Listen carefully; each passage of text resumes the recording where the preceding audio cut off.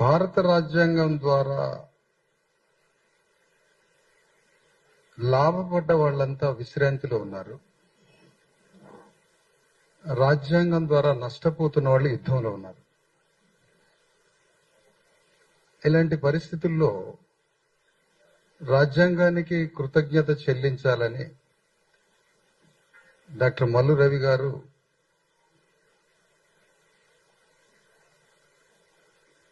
కృతజ్ఞత చెల్లించే సభగా ఈ పుస్తకాలని రాష్ట్ర వ్యాప్తంగా ప్రచురించి ప్రచారం చేస్తున్న రవి గారిని వారు కృతజ్ఞత చెల్లించినా అభినందించి తీరాల్సిందే.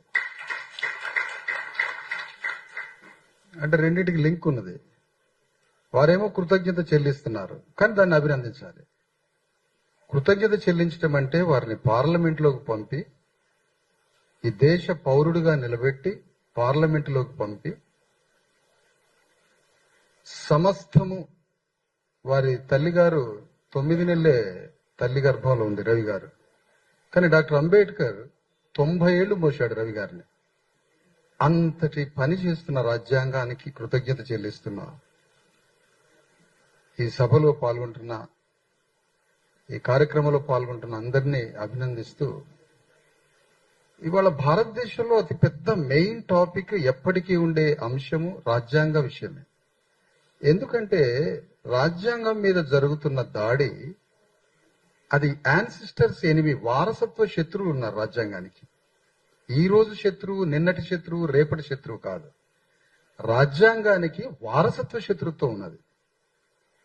రాజ్యాంగానికి వారసత్వ శత్రువా? అవును, దానికి వారసత్వ శత్రుత్వం ఉంది. ఎప్పటి నుంచి ఉంది? వేల సంవత్సరాల నుంచి రాజ్యాంగం మీద, ఆ వాక్యం మీద శత్రుత్వం ఉంది. ఎందుకంటే రాజ్యాంగ రచనా శిల్పి అయిన అంబేద్కర్ వయసు 65 సంవత్సరాలు కాదు, ఆయన వయసు 2500 సంవత్సరాలు. ఎందుకంటే ఆయన తీసుకున్న ఆలోచన యొక్క స్వరూపము బుద్ధుడి హృదయంతో భారతదేశాన్ని కట్టాలనుకున్నాడు అంబేద్కర్.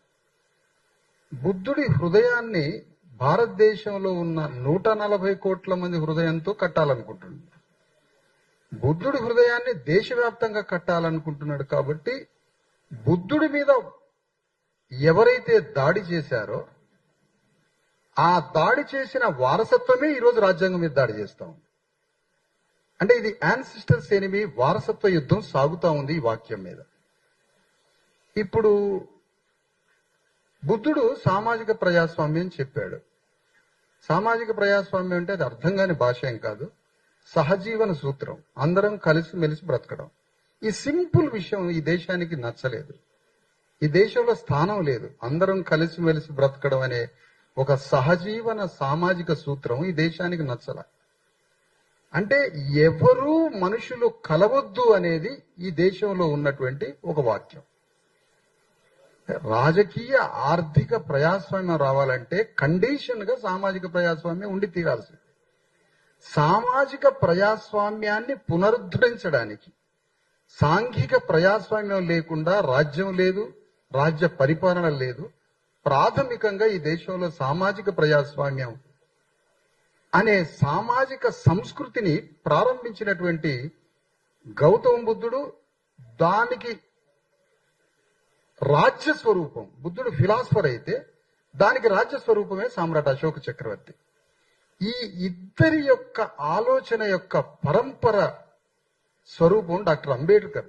కాబట్టి బుద్ధుడి మీద ఎంత భయంకరమైన దాడి జరిగిందో, సామ్రాట్ అశోక చక్రవర్తి మీద ఎంత భయంకరమైన దాడి జరిగిందో, ఆ దాడి యొక్క కొనసాగింపే ఈరోజు రాజ్యాంగం మీద జరుగుతున్న దాడి. అయితే బాధాకరమైన విషయం ఏంటంటే అంబేద్కర్ కి, రాజ్యాంగానికి కాన్స్టిట్యూషన్ ఆర్మీగా తయారు కావాల్సింది ఎవరు? కాన్స్టిట్యూషన్ ద్వారా లాభపడ్డవాళ్ళు. అంటే ఫోర్ ఫ్రంటల్ ఆర్మీ ఎవరు? అసలు రాజ్యాంగాన్ని రక్షించే ఆర్మీ ఎక్కడి నుంచి రావాలి? రాజ్యాంగం ద్వారా లాభపడ్డ వాళ్ళ నుంచి రావాలి, బాధిత వర్గం నుంచి రావాలి. కానీ ఈ దేశం అంతా దాదాపు 100 కోట్ల పైన రాజ్యాంగం ద్వారా లాభపడ్డ ప్రజలు ఉండగా రాజ్యాంగాన్ని మార్చాలని 10 కోట్ల మంది అనుకుంటున్నారంటే మనం ఎంత మౌనంగా ఉండడం వల్ల ఆ నిర్ణయం అక్కడ జరుగుతుంది. అంటే ఎవరి నుంచి దాని పట్ల స్పందన లేకపోవడం.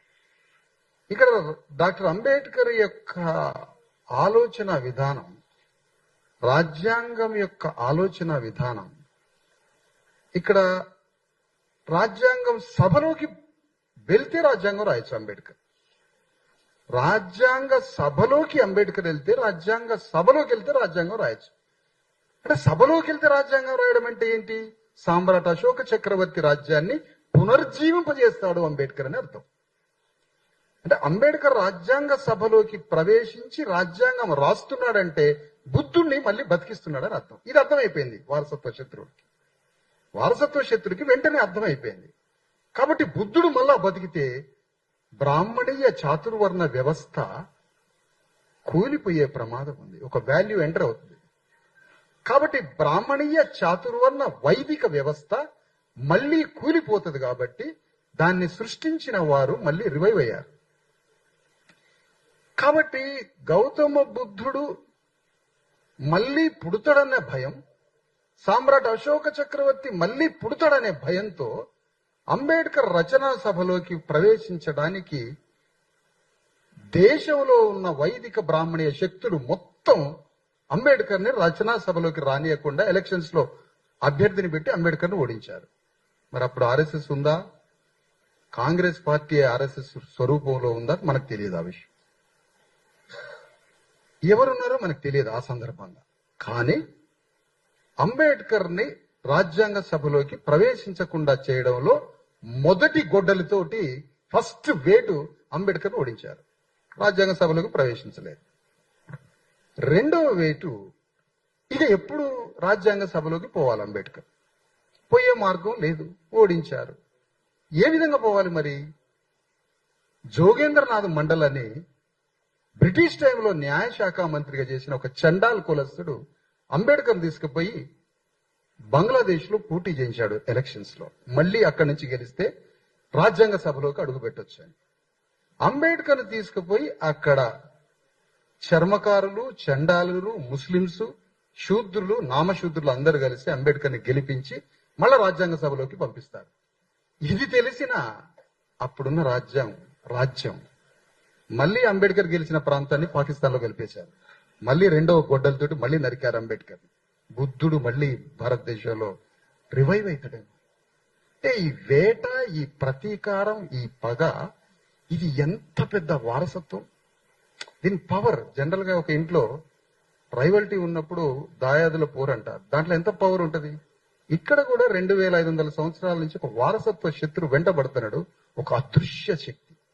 అది కనపడదు ఎక్కడ. అంబేద్కర్ గెలిచిన ప్రాంతాన్ని పాకిస్తాన్ లో కలిపి అంబేద్కర్ ఏమైనా రాజ్యాంగం రాసుకోవాలంటే పాకిస్తాన్ పోయి రాసుకోండి అన్నారు. మళ్ళీ నరికారు అంబేద్కర్. అప్పుడు ఈ అంబేద్కర్ కి అర్థమై మళ్ళీ లార్డ్ మౌంట్ బాటన్, విన్స్టన్ చర్చిల్ దగ్గరికి పోయి ఏం మాట్లాడుకున్నారో ఏమో తెలియదు కానీ అంబేద్కర్ ని, ఒక పార్లమెంటు సభ్యుడిని, రచనా సభ్యుడిని పక్కన పెట్టి అంబేద్కర్ ని గెలిపించి రాజ్యాంగ సభలోకి అడుగు పెట్టిస్తారు లార్డ్ మౌంట్ బాటన్, విన్సెంట్ చర్చిల్. ఈ దేశంలో ఉన్న సెక్యులర్ డెమోక్రసీ ఉన్న హృదయం ఉన్న వాళ్ళు ఎవరైనా ఉంటే వీళ్ళు కలిసి మొత్తానికి రాజ్యాంగ సభలోకి అడుగు పెట్టిస్తారు. రాజ్యాంగ సభలోకి అడుగు పెట్టినాక ఇక బుద్ధుడు బతుకుతాడు, ఇక సామ్రాట్ అశోక చక్రవర్తి బతుకుతాడు. కాబట్టి మళ్ళీ ఒక 10 మంది కలిసి ప్రపంచం అంతా తిరుగుతారు, రాజ్యాంగం రాసేవాడు ఎవడని ఉన్నాడా అని. ఐవర్ జెన్నింగ్ అని ఒక ప్రొఫెసర్ దగ్గరికి పోయి, మీరు ఈ భారతదేశానికి రాజ్యాంగం రాయాలి అంటారు. ఇక అంబేద్కర్ తో రాయించొద్దు. ఐవర్ జెన్నింగ్ వస్తే బుద్ధుని చంపొచ్చు, ఐవర్ జెన్నింగ్ వస్తే సామ్రాట్ అశోకుని చంపొచ్చు. ఆ ఇద్దరిని చంపితే చాతుర్వర్ణ బ్రాహ్మణీయ వైదిక ధర్మం మళ్ళీ విజృంభిస్తుంది. కాబట్టి నేను బ్రాహ్మణుని అనట్లేదు సార్, బ్రాహ్మణిజాన్ని అంటున్నా. ఈ మధ్య బ్రాహ్మణుడు అని చూపించి మిగతా శత్రువులు అందరి మీద బట్టగప్పి వీళ్ళు లేరు, ఈ దొంగలు ఇక్కడ లేరని చూపిస్తున్నారు. అది కాదు, బ్రాహ్మణిజానికి మనం శత్రువు, దోపిడీ భావజాలం. కాబట్టి ఇక్కడ డాక్టర్ అంబేద్కర్ ని మళ్ళీ రాజ్యాంగం రాయనీయకుండా శూద్రులు మళ్ళీ ఈ దేశాన్ని పరిపాలిస్తారా? పురాతన కాల వేల సంవత్సరాల భారతదేశంలో ఉన్న సమానత్వ పునాదిగా ఉన్న జంబూ ద్వీప విలువలు మళ్ళీ ఏమైనా రివైవ్ అయితాయా? జంబూ ద్వీప విలువలు మళ్ళీ పునర్జీవింపబడి కులం లేని, మతం లేని, వర్ణం లేని మళ్ళీ దేశం ఒకటి ఏర్పడుతుందా? కాబట్టి మళ్ళీ అంబేద్కర్ మళ్ళీ రాయద్దు రాజ్యాంగం. పాప ఐవర్ జెన్నింగ్ దగ్గరికి పోయేసరికి ఆయన ఏమన్నాడంటే, ప్రైవేట్ సంభాషణలు ఇవన్నీ ఎక్కడెక్కడ ఉన్నాయో చూసుకొని బయటికి తీద్దాం. ప్రపంచమే ఒక దేశంగా మారితే ఆ దేశానికి రాజ్యాంగం రాసే దమ్మున్నాడు అంబేద్కర్. ఆయన వదిలిపెట్టి నా దగ్గరికి ఎందుకు వచ్చారని. ఇది ఐవర్ జెన్నింగ్ అన్నమాట. తిరిగి వచ్చారు పాపం, మళ్ళీ దేశానికి వచ్చి అంబేద్కర్తో రాజ్యాంగం రాయించితే అప్పుడు మళ్ళీ బుద్ధుణ్ణి పుట్టించడానికి రాజ్యాంగం రాశాడు అంబేద్కర్. సమ్రాట్ అశోక చక్రవర్తి జాతీయ ధర్మ చక్రాన్ని. భారతీయ సంస్కృతి అంటే భారతీయ సంస్కృతి, భారతీయ సంస్కృతి అని రోజు వింటా ఉంటాం. భారతీయ సంస్కృతి అంటే అశోకుడి ధర్మచక్రమే భారతీయ సంస్కృతి, ఇంకేమీ లేదు ఇక్కడ. ఆ భారతీయ సంస్కృతి అంటే అశోక ధర్మచక్రంలో ఉన్న 24 విలువలతో సంఘాన్ని కడితే వర్గం మాయమవుతుంది, స్త్రీ దోపిడీ మాయమవుతుంది, వర్ణం మాయమవుతుంది, కులం మాయమవుతుంది, సాంఘిక ప్రజాస్వామ్యం పునర్జీవింపబడి అందరం అన్నదమ్ముల్లాగా ఫ్రాటర్నిటీతో బతికి అమెరికాని, చైనాని, జపాన్ని, అన్ని దేశాలని ఈ భారతదేశ కాలి గోటికి అంటిన అణువుతో సమానంగా ఎదగొచ్చు. కాబట్టి దేశ బ్రాహ్మణీయ వ్యవస్థ పాపం వాళ్ళు కూడా అంతమైపోయారు. అన్ని తలుపులు వేసుకొని ప్రపంచానికి ఉన్న 4 దిక్కుల తలుపులు బంద్ చేసుకున్నారు. ఆ విధంగా డాక్టర్ అంబేద్కర్ రాజ్యాంగం రాసి దాన్ని భారతదేశంలో ఉన్న ప్రతి హృదయాన్ని కట్టాలనుకున్నాడు. కానీ ఈ దేశ శూద్రులు రాజ్యాంగం ద్వారా లాభపడ్డారు, రాజ్యాంగ పండు తిన్నారు, కానీ రాజ్యాంగంలో సోల్ పట్టుకోలేకపోయారు. రాజ్యాంగం పండు తిని రాజ్యాంగ స్ఫూర్తిని పట్టుకోలేని ప్రజల్లో దానికి కృతజ్ఞత చెల్లించుకోవాలి అని బయలుదేరాడు మల్లురవి గారు. చాలా గ్రేట్ మ్యాన్. పండు తిన్న వాళ్ళంతా పరారైతుంటే ఈ మనిషి వచ్చి రాజ్యాంగం పంచుతున్నాడు ఏంటి? గ్రేట్. మీరు కృతజ్ఞత చెల్లిస్తున్నారు, చాలా గొప్ప విషయం. ఇప్పుడు ఈ దేశంలో భారత రాజ్యాంగాన్ని మార్చి బ్రాహ్మణీయ, చాతుర్వర్ణ, వైదిక, మనుధర్మాన్ని స్థాపించడానికి బయలుదేరుతున్నారు. దాన్ని ప్రతిఘటించడానికి, అడగడానికి, ప్రశ్నించడానికి రాజ్యాంగం పండు తిన్న 120 కోట్ల మందిలో ఉద్యమించట్లేదనేది మన కళ్ళ ముందు ఉన్నటువంటి పరిస్థితి. ఇక్కడ రాజ్యాంగం అంబేద్కర్ ఇంట్రడ్యూస్ చేసేటప్పుడు 2 వైరుధ్యాలతో ఈ దేశం ప్రయాణం అవుతుంది అన్నాడు. ఏంటి వైరుధ్యాలు? మా అమ్మగారు అంటే ఉదాహరణకి ఈ దేశానికి రాజ్యాంగ అధిపతి ప్రణబ్ ముఖర్జీ గారు ఉంటే వారి అమ్మగారు ఏం చెప్పారంటే, వారికి నాయన చర్మకారుల ఇంటికి రానియద్దు నాయన, వారికి మంచినీళ్ళు కూడా ఇయ్యద్దు, వారితో స్నేహం చేయొద్దని వారి అమ్మగారికి ఒక వాక్యం వచ్చింది 3000 సంవత్సరాల నుంచి. ఆ వాక్యంతో పెరిగి పెద్దవాడయ్యాడు ప్రణబ్ ముఖర్జీ. వారు రాష్ట్రపతి అయ్యారు. రాజ్యాంగం చెప్తుంది చర్మకారుడికి మంచినీళ్ళు ఇవ్వడమే కాదు, సింహాసనం మీద కూర్చోబెట్టమని. ఇప్పుడు రాజ్యాంగం చెప్పినట్టు వినాలా ప్రణబ్ ముఖర్జీ గారు? వారి అమ్మ మాట దేవత అని వినాలా? తల్లి మాట వేదవాక్కు, అమ్మ దేవత అనాలా, అమ్మ దెయ్యం అనాలా? ఇప్పుడు ఏ నిర్ణయం తీసుకోవాలి ప్రణబ్ ముఖర్జీ గారు? అమ్మ మాటే దేవత వాక్యం ప్రణబ్ ముఖర్జీ గారికి. అందుకే ఈ దేశం కొలాప్స్ అయిపోయింది, నాశనం అయిపోయింది. ఎందుకంటే అమ్మా నాన్నల్ని గౌరవించాలి కదా, అమ్మా నాన్నల్ని గౌరవించాలి. కాబట్టి చాతుర్వర్ణ, వైదిక, మనువాద వాక్యము 7 లక్షల కోట్ల కణాలలోకి పోయి మనిషి మీద వాక్యం సర్వాధికారి కూర్చుంది. మానవుడి మీద మనిషిని డ్రైవ్ చేస్తుంది మనుధర్మ వాక్యం. కాబట్టి ఈ దేశంలో దానికి కౌంటర్ థాట్ లేకుండా అయిపోయింది. ఆలోచనకి ప్రతి ఆలోచన లేదు. ప్రకృతిలో బలం ఉంటుంది, ప్రకృతిలో బలం ఉంటుంది. బలానికి ఆక్రమించే గుణం ఉంటుంది. ఆక్రమించే గుణంతో ఒకడి దగ్గర సంపద పోగుపడుతుంది, ఒకడి దగ్గర సంపద మొత్తం పోగుపడుతుంది. అది భూమి కావచ్చు, రాజ్యం కావచ్చు, సంపద కావచ్చు, పోగుపడుతున్నది, పర్వతంలాగా పోగుపడుతుంది. దానికి ప్రతిబలంగా మార్క్సిజం వచ్చింది. మళ్ళీ బలంతో దాన్ని ఢీ కొట్టాలని. బట్ అంబేద్కర్ ప్రతిబలం వద్దన్నాడు, బలానికి ప్రతిగా బలం వాడొద్దన్నాడు. ప్రకృతి పదార్థంలో వస్తున్న బలాన్ని నియంత్రించడానికి పదార్థంలో హృదయం పుట్టాలన్నాడు అంబేద్కర్. హృదయాన్ని పుట్టించాడు అంబేద్కర్. అదే కల్చరల్ వాల్యూస్. అందుకనే మన ప్రీఆక్యుపైడ్ బ్రెయిన్ లో ఉన్న ఆలోచనలతోటి ఈ ప్రపంచాన్ని చూస్తున్నాం. దాన్ని తీసేయాలి. ఒక భౌతిక ప్రపంచాన్ని కట్టాలంటే ముందు మనిషికి మానసిక ప్రపంచాన్ని కట్టాలి. ఆ మానసిక ప్రపంచాన్ని కట్టడానికి డాక్టర్ అంబేద్కర్ బలానికి బలం వాడలే, మార్క్సిజాన్ని ఆయుధంగా తీసుకోలే. అంబేద్కర్ దాన్ని వ్యతిరేకించి పదార్థంలో హృదయాన్ని పుట్టియాలనుకున్నాడు. హృదయాన్ని పుట్టియడం ద్వారా ఏ విలువలు ప్రతిపాదిస్తుందో వైదిక బ్రాహ్మణీయ చాతుర్వర్ణ మనువాద వాక్యానికి మళ్ళీ ప్రతిగా వాక్యాన్ని తీసుకొస్తున్నాడు అంబేద్కర్. ఒక కొత్త విలువ. అది ఎక్కడిదో కాదు, ఈ దేశ జంబూ ద్వీప వాక్య విలువ. కులం లేని, మతం లేని, వర్గం లేని, వర్ణం లేని, స్త్రీ వివక్షత లేని ఒక అందరం కలిసి ఉండే భూటాన్, థాయిలాండ్, అనేక దేశాలు, స్టేట్లెస్ సొసైటీలు అనేక దేశాలు, పోలీస్ లేని రాజ్యం, అసలు లీడర్ లేని రాజ్యం, ఇలాంటి అనేక దేశాలలో నుంచి ఒక ప్రపంచానికి వెలిగిస్తున్న అనేక దేశాల కన్నా ఎంతో పెద్ద దేశంగా తయారు కావాల్సిన ఈ దేశంలో భారత రాజ్యాంగం యొక్క విలువల్ని దేశం మొత్తం కట్టాలనుకున్న అంబేద్కర్ కలలు ధ్వంసమైపోయాయి. అందుకని మా దళితులు, బీసీలు పొద్దున్న లేస్తే అగ్రవర్ణాలు తిడతా ఉంటారు. ఇంతకన్నా పెద్ద నేరం లేదుగా. లేదా ఆర్ఎస్ఎస్ తిడతారు, లేకపోతే నాగపూర్ని తిడతారు. కానీ డాక్టర్ అంబేద్కర్ 100 కోట్ల మందికి పండ్లిచ్చి, రాజ్యాంగ ఆయుధాలిచ్చి, 1,00,000 పేజీల తాత్విక దర్శనాన్నిచ్చి ప్రపంచం మీద యుద్ధం చేయని తన పండు తిన్న బీసీ ఎస్సీ ఎస్టీలకి చెప్తున్నాడు అంబేద్కర్.